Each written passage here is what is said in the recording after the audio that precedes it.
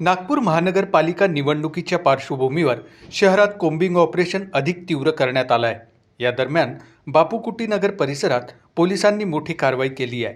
गस्तीदरम्यान एका घरामधून 6 धारदार शस्त्र, मोठ्या तलवारी आढळून आल्या.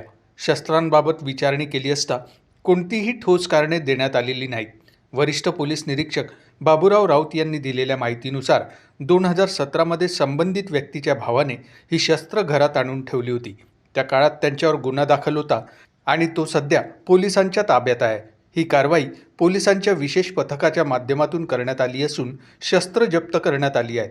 निवडणुकीच्या पार्श्वभूमीवर वेळीच कारवाई झाल्याने संभाव्य मोठा अनर्थ टळला असून या प्रकरणाचा पुढील तपास सुरू आहे.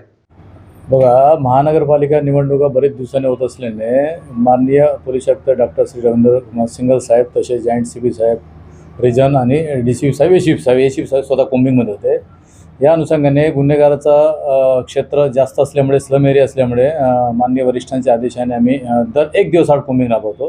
कालच्या कोम्बिंगमध्ये माहिती मिळाली की एका ठिकाणी 6 शस्त्र ठेवलेले आहे.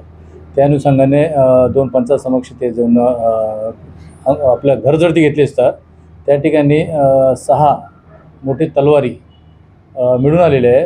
त्या तलवारीच्या बाबतीत कारण विचारले असतं तो काय सांगू शकला नाही. त्याचा त्याआधी 2022मध्ये गुन्हेगार राहत होता, जो आता सध्या सापडला आरोपी, त्याचा भाऊ.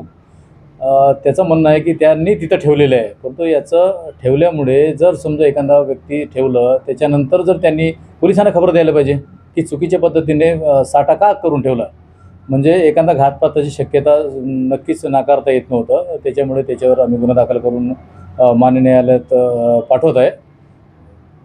बरोबर आहे, PSI माझगावकर आहे, दिलीप पवार, आणि विशेषतः म्हणजे बीट मार्शल निलेश हिवरकर आणि अश्विन जाधव यांची इन्फॉर्मेशन होती कोम्बिंग दरम्यान, आणि त्यांनी आम्हाला कळवल्याबरोबर आम्ही स्वतः आणि हे PSI माझगावकर, दिलीप पवार, वासुदेव आणि पखान, राठोड, आशिष आणि अतुल या टीमने केलेली आहे.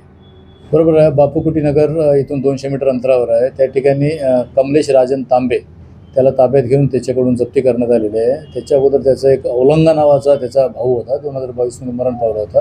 त्यांनी ठेवल्याचे असले तो सांगतो, परंतु विना परवानाच ठेवले असल्यामुळे त्याच्यावर भारतीय हत्यार कायदा 425 गुन्हा दाखल करण्यात आलेला आहे आणि आरोपीला अटक करून मान्य न्यायालयात हजर करण्यात येते.